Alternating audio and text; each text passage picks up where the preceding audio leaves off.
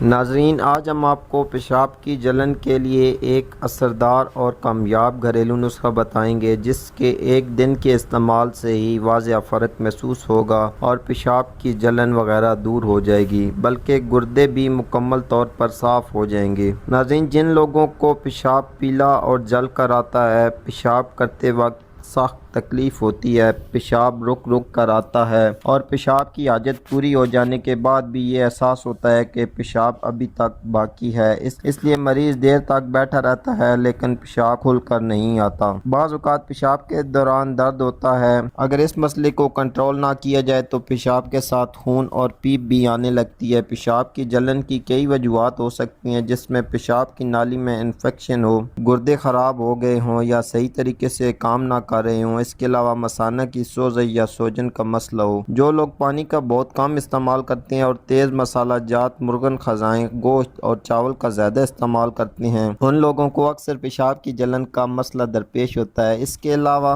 مردوں میں جریان احتلام کا مسئلہ یا کثرت ملاپ کی وجہ سے پیشاب کی نالی پیشاب کی جلن کا مسئلہ بن جاتا ہے۔ اس کے علاوہ بہت زیادہ گرم اور ہائی پوٹینسی ادویات کا استعمال کرنے سے بھی پیشاب کی جلن کا مسئلہ ہو جاتا ہے۔ چلتے ہیں آج کے نسخے کی طرف۔ نسخے کے لیے ہمیں دودھ کی بنی چھاچھ یعنی لسی کی ضرورت ہوگی۔ لسی پیشاب کی جلن کے لیے بہت ہی مفید ہے۔ یہ پیشاب کی جلن کے علاوہ جگر اور معدے کی گرمی کو بھی دور کرتی ہے۔ دودھ کی چھاچھ نمکین لیں، اس میں میٹھا نہ شامل کریں بلکہ نمک کا استعمال کریں۔ نمکین چھاچھ کو دن میں 5 سے 6 مرتبہ وقفے سے ایک گلاس پئیں۔ اس نسخے کو کم از کم 3 دن استعمال کریں۔ اس کے استعمال سے انشاءاللہ پیشاب کی جلن دور ہو جائے گی۔ امید کرتا ہوں آج کی ویڈیو آپ کے لیے فائدہ مند ثابت ہوگی۔ اسی کے ساتھ اجازت چاہتا ہوں۔ اللہ حافظ۔